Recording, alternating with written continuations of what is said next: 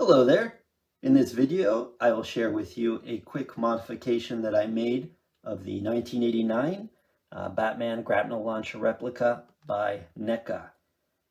The purpose of this modification is to allow the gun to separate into two parts as seen in the movie. So if we fire the gun,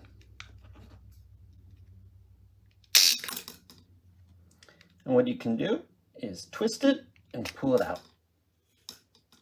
And then, as you can see, it comes apart into two nice pieces like that. And the gun still works. Right? You just saw it fire, and then you go twist it back in.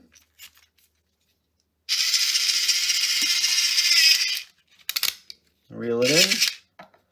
And you can see it's not shaky, wobbly or anything. Still looks nice and straight. As for how I modified the gun, I'll take you through that. I did it in a very low-tech manner. I actually stuck a screwdriver in the seam to spread open the case. However, I should mention that somebody else has posted on YouTube a video that shows that there are actually screws hidden under some of these screw covers. However, I have not seen a good way to get those off and then put them back on, or not show that you've taken them off and make sure that you can cover that damage back up again. Whereas my method, it's not so pretty and it can leave a little bit of some scratching and seam here.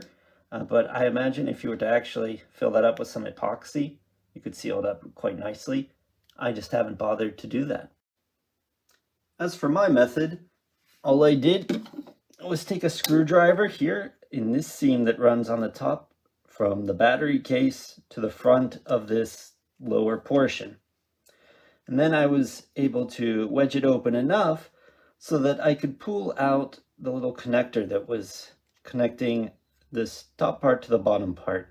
There's nothing holding the shaft together. It just sits on there.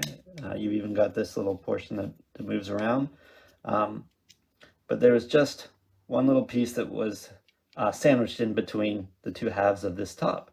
So once I wedged it open enough to get that out, then I could pull this piece off. So to show what I mean, fire the gun. Okay, now that I got some play in there, I can pull it apart. And as you can see, there's the connector. And I shaved off half of it.